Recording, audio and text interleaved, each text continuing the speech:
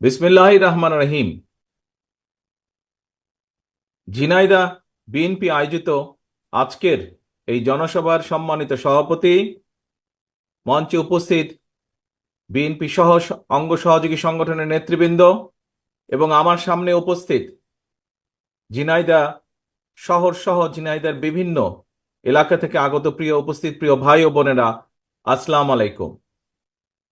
আজ আমরা এখানে এমন একটা পরিবেশে সমবেত হয়েছি যেখানে কারো কোনো ভয় নেই। সকলে আমরা একটি শঙ্কামুক্ত পরিবেশে একত্রিত হয়েছি। আমরা আমাদের নিজেদের কথা বলার জন্য এবং একই সাথে অনেকের কথা শোনবার জন্য আমরা আজ এখানে একত্রিত হয়েছি। কিন্তু প্রিয় ভাই বোনেরা, আমাদের সকলেরই পরিষ্কার মনে আছে মাত্র কয়েকদিন আগের কথা। এই দেশের মানুষ দল মত নির্বিশেষে, সে একজন রাজনৈতিক কর্মীই হোক অথবা একজন অরাজনৈতিক ব্যক্তি হোক না কেন, সমাজের কোন স্তর মানুষ তার কষ্টের কথা, অভাব অভিযোগের কথা স্বাধীনভাবে বলতে সক্ষম ছিলেন না। আমরা দেখেছি কিভাবে বিগত 15 বছর ধরে, 16 বছর ধরে, এই যে কয়েকদিন আগে যে পতিত স্বৈরাচার, তাদের অত্যাচারে নির্যাতনে অতিষ্ঠ ছিল বাংলাদেশের মানুষ। কিভাবে বাংলাদেশের মানুষের অধিকারগুলোকে ছিনিয়ে নেওয়া হয়েছিল, কিভাবে দাবিয়ে রাখা হয়েছিল তাদের ন্যায্য অধিকারগুলোকে। প্রিয় ভাই বোনেরা, এই ঝিনাইদহ জেলাতে বাংলাদেশ জাতীয়তাবাদী দলের বহু মানুষ আছেন যাদেরকে আমরা হারিয়েছি, আমাদের বহু সহকর্মীকে হারিয়েছি। দুলাল মিয়া সহ, পলাশ সহ বহু মানুষ, বহু আমাদের সহকর্মী আছেন যাদেরকে আমরা এই আন্দোলনের বিভিন্ন পর্যায়ে হারিয়েছি। কিন্তু সমগ্র বাংলাদেশের মানুষ ঐক্যবদ্ধভাবে গত 5ই আগস্ট বাধ্য করেছে এই স্বৈরাচারকে বিদায় হতে। এই স্বৈরাচার জনগণের আন্দোলনের মুখে বিগত 16-17 বছর ধরে যে স্বৈরাচার জনগণের কাঁধে চেপেছিল, সেই স্বৈরাচার পালিয়ে যেতে বাধ্য হয়েছে। এই কৃতিত্ব বাংলাদেশের সকল মানুষের এই কৃতিত্ব।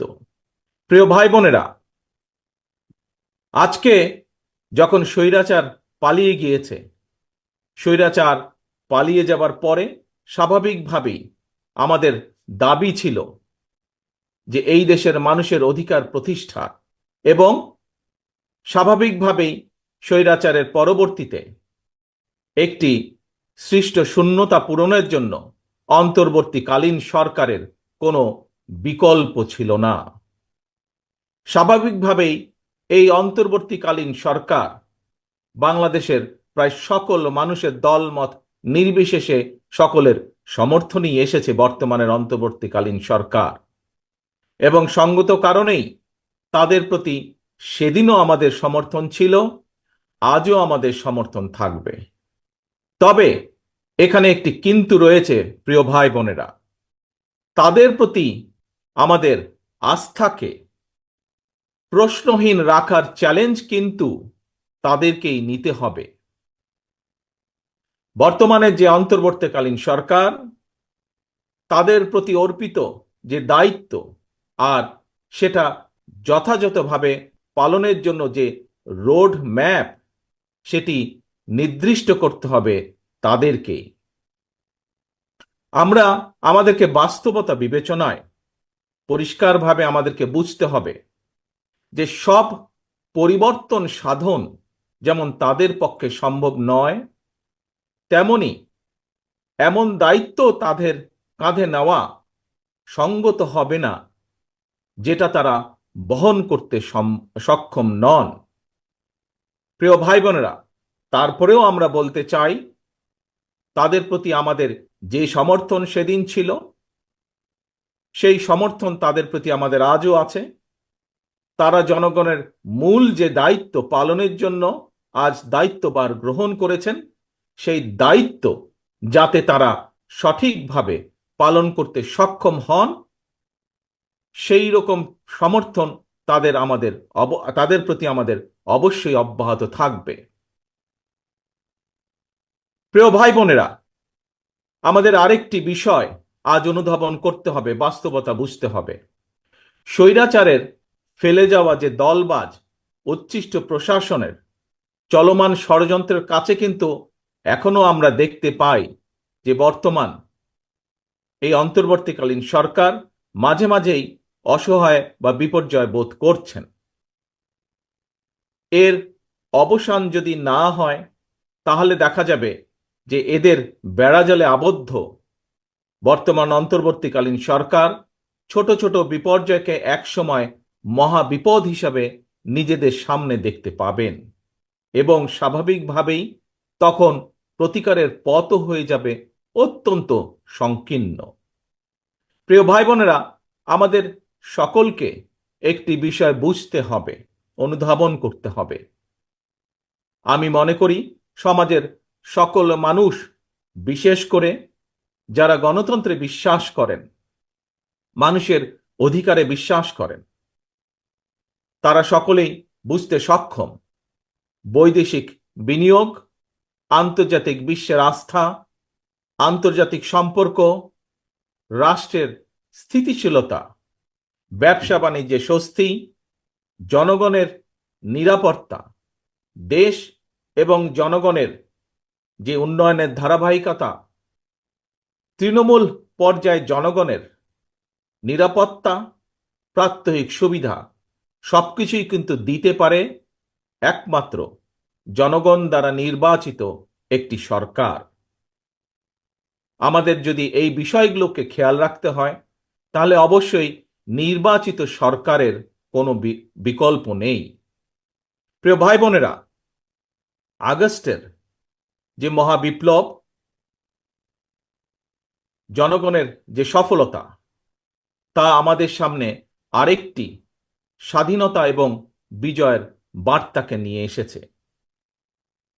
স্বৈরাচার পতনের এই মহা সমরে, এই যুদ্ধে বা এই আন্দোলনের সফলতা দেশের সর্বস্তরের মানুষ, রাজনৈতিক দল, ছাত্র জনতা, গৃহিণী, শ্রমিক সবার অবদানকে আমরা যদি মর্যাদা দিতে ব্যর্থ হই, কিংবা 17 বছর ধরে অবিরাম আন্দোলনে গুম খুন, হামলা মামলা আর নির্যাতনে পৃষ্ঠ লক্ষ লক্ষ রাজনৈতিক কর্মীর অবদানকে যদি আমরা যথাযথ মূল্যায়নে সমর্থ না হই, তাহলে ইতিহাস কিন্তু আমাদের কাউকেই ক্ষমা করবে না। কাজেই এই বিষয়গুলো অবশ্যই আমাদের বিবেচনায় রাখতে হবে। প্রিয় ভাই বোনেরা, আজ আজ আসুন আমরা সকলে মিলে প্রতিজ্ঞাবদ্ধ হই।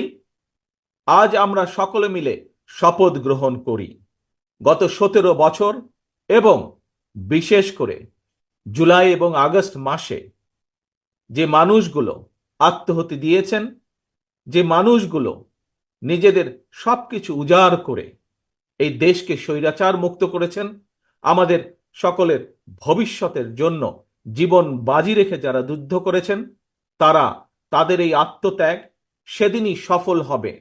তাদের এই আত্মত্যাগ সেদিনই সফলতা লাভ করবে যেদিন এই দেশের মানুষ রাজনৈতিকভাবে তাদের অধিকার ফিরে পাবে এবং রাজনৈতিক অধিকারের পাশাপাশি একইভাবে যেদিন বাংলাদেশের মানুষের অর্থনৈতিক মুক্তি অর্জিত হবে, একমাত্র সেদিনই আমাদের শহীদদের, ৭১ সালে স্বাধীনতা যুদ্ধের শহীদ এবং একই সাথে গণতন্ত্র পুনরুদ্ধারের আন্দোলনে যারা শহীদ হয়েছেন, যারা বিভিন্নভাবে ক্ষতিগ্রস্ত হয়েছেন, তাদের এই ত্যাগ সফলতা লাভ করবে।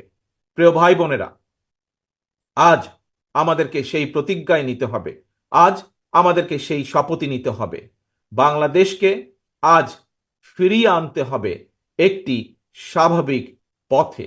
বাংলাদেশের মানুষ যা প্রত্যাশা করে, দলমত নির্বিশেষে প্রতিটি মানুষ জীবনের যে নিরাপত্তা প্রত্যাশা করে, প্রতিটি শিশু, প্রতিটি ছাত্র ছাত্রী শিক্ষার যে নিরাপত্তা, শিক্ষার যে গ্যারান্টি চায়, আমাদেরকে প্রতিটি কৃষক তাদের কাজের যে স্বীকৃতি চায়, এই সকল কিছু পর্যায়ক্রমিকভাবে ধীরে ধীরে আমাদেরকে প্রতিষ্ঠিত করতে হবে।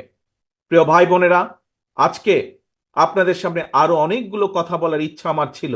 আপনাদের কাছে বহুদিন পরে আপনাদের সামনে হাজির হওয়াতে অনেকগুলো বিষয় আপনাদের সামনে উপস্থাপন করার ইচ্ছা ছিল, কিন্তু প্রাকৃতিক দুর্যোগের কারণে, বৃষ্টির কারণে বহু মানুষ ভিজে যাচ্ছেন, মানুষের কষ্ট হচ্ছে। সেই জন্য আজকে আমার বক্তব্য আমি আর বাড়াবো না, শুধু এতটুকুই বলবো, আসুন, আমরা আন্দোলন করেছি, আমরা সংগ্রাম করেছি, আমরা স্বৈরাচারের পতন ঘটিয়েছি। এখন আমাদেরকে জনগণের প্রত্যাশা অনুযায়ী দেশকে গড়ে তুলতে হবে।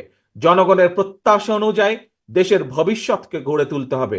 জনগণের প্রত্যাশা অনুযায়ী, দেশের মানুষের প্রত্যাশা অনুযায়ী বাংলাদেশের ভবিষ্যৎ প্রজন্ম, তাদের জন্য একটি নিরাপদ, বৈষম্যহীন বাংলাদেশ গড়ার কাজ আমাদেরকে হাতে নিতে হবে।